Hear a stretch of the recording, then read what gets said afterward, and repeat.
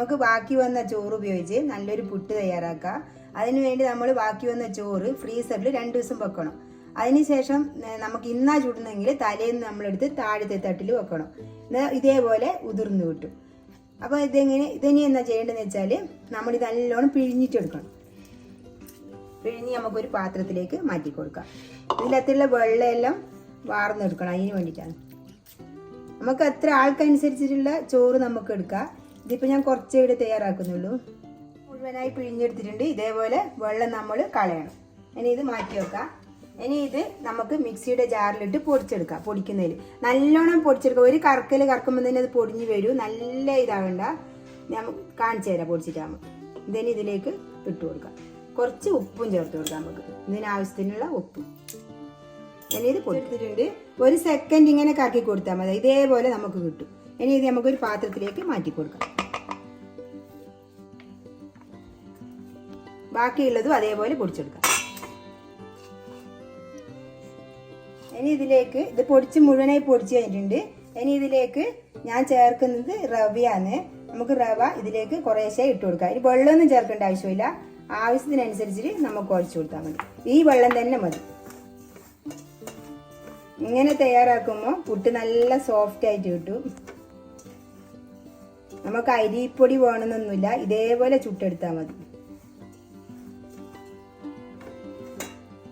ഇത് പുട്ടിന്റെ ആവശ്യത്തിന് നമുക്ക് കുഴച്ചെടുക്കാം.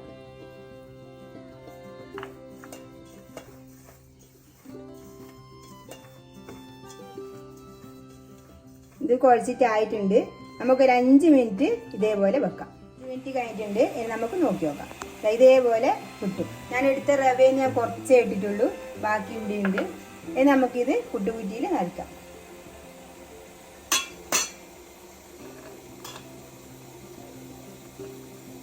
ഇത് രാവിലെ എളുപ്പത്തിൽ കഴിയുന്ന ഒരു പുട്ടായത്.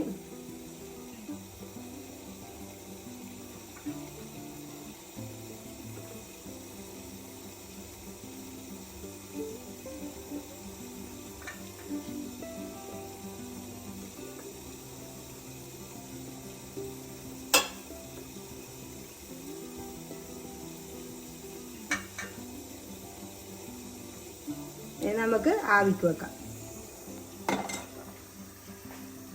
ഇനി ഇത് മൂടി വെക്കാം. ആവി വന്നിട്ടുണ്ട്. ഇത് എളുപ്പത്തിൽ വെന്ത് കിട്ടും.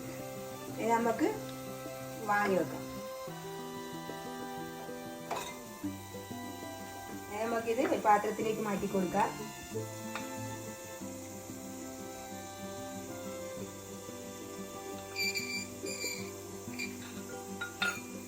അങ്ങനെ നമ്മുടെ പുട്ട് റെഡിയായി. ഇത് നല്ല സോഫ്റ്റ് ആയിരിക്കും. ഇതേപോലെ എല്ലാവരും ഒന്ന് ഉണ്ടാക്കി നോക്കണം. എൻ്റെ വീഡിയോ ഇഷ്ടപ്പെട്ടിട്ടുണ്ടെങ്കിൽ ലൈക്ക് ചെയ്യുക, ഷെയർ ചെയ്യുക, സബ്സ്ക്രൈബ് ചെയ്യുക.